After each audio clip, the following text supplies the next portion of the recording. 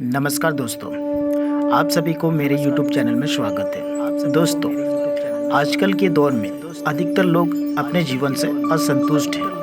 उन्हें लगता है कि मैं ही गरीब क्यों हूँ, मैं हूँ दूसरों से कमज़ोर क्यों हूँ। उन्हें अपने आप में दूसरों के मुकाबले कमी लगती है। वे इसका दोष भगवान को देते हैं, उन्हें अपनी स्थिति का कारण ठहराते हैं। दोस्तों, इस कहानी में आपको इस प्रश्न का संपूर्ण उत्तर मिल जाएगा और आप अपने आप से संतुष्ट भी महसूस करेंगे। बहुत समय पहले की बात है, एक गांव में धर्म उपदेश देने के लिए एक शिविर में भगवान गौतम बुद्ध पहुंचे। गांव के लोग अपनी अपनी समस्या लेकर उनके पास जाते और उनसे समाधान प्राप्त करके नई ऊर्जा के साथ वापस घर लौटते। गांव के बाहर एक गरीब राह में बैठा बुद्ध के पास आते जाते लोगों को निहारता रहता। उसने क्या देखा? दुखी चेहरा लिए भरी कदमों से लोग भगवान गौतम बुद्ध के शिविर में जाते और नई ऊर्जा के साथ चेहरे पर खुशी व आनंद लिए वापस लौटते।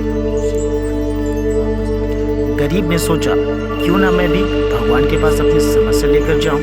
यह सोचकर हिम्मत करके वह भी शिविर की ओर चल देता है। शिविर में एक एक करके क्रमबद्ध तरीके से व्यक्ति को प्रवेश मिलता है, इसलिए वो भी अपनी बारी की प्रतीक्षा करने लगा। जो कुछ उसने रास्ते में देखा, अब यहाँ उसे साक्षात देखने को मिल रहा है। लोग एक एक करके अपनी समस्या बता रहे थे। भगवान गौतम बुद्ध चुपचाप शांति से सबकी समस्या सुनते और जवाब देते जाते। उसकी भी बारी आई। उसने भगवान गौतम बुद्ध को प्रणाम किया और बोला, भगवान, मैं ही गरीब क्यों हूँ? भगवान गौतम बुद्ध मुस्कुराए और बोले, तुमने कभी किसी को दिया ही नहीं, इसलिए गरीब हो।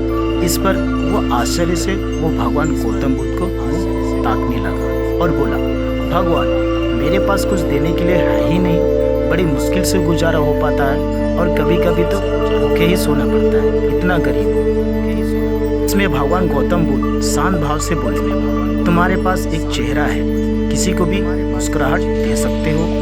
तुम्हारे पास मुंह है, किसी को भी प्रशंसा भरे कुछ शब्द दे सकते हो। जो हाथ तुम्हारे पास है, किसी को भी मदद कर सकते हो। दरअसल जिसके पास में ये तीन चीजें हैं, वो भला कैसे गरीब हो सकता है? गरीबी का भाव मन में होता है। मन से यह भ्रम निकाल दो, लोगों को देते जाओ, गरीबी अपने आप ही दूर हो जाएगी। यह बातें सुनकर उस गरीब को चेहरा दमक उठा। उसे अपने प्रश्न का उत्तर मिल चुका है। अब उसके मन से गरीबी का भाव दूर हो गया। इस शिक्षा को जीवन में उतारकर कुछ ही दिनों में उसका जीवन भी खुशियों से भर गया।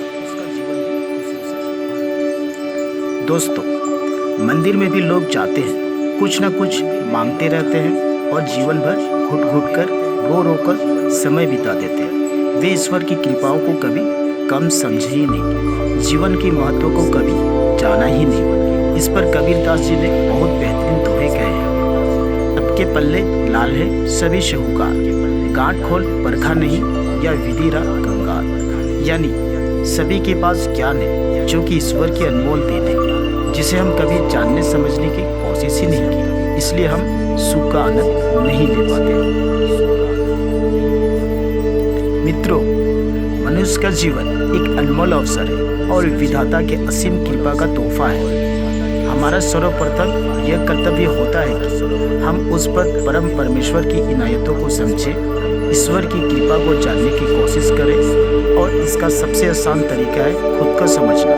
हमारा अस्तित्व क्या है, हमारा लक्ष्य क्या है, हमारे कार्य क्या है।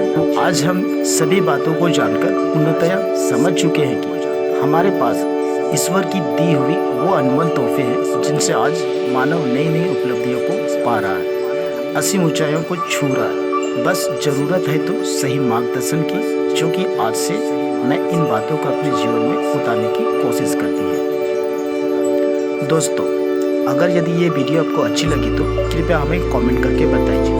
और जी हाँ दोस्तों, आपसे रिक्वेस्ट है कि कृपया हमारे वीडियो को आप लाइक एंड सब्सक्राइब कीजिएगा, ताकि मैं आप लोगों के ऐसी मोटिवेशनल वीडियो लाते रहूँगा। तब तक के लिए जय हिंद, जय भारत।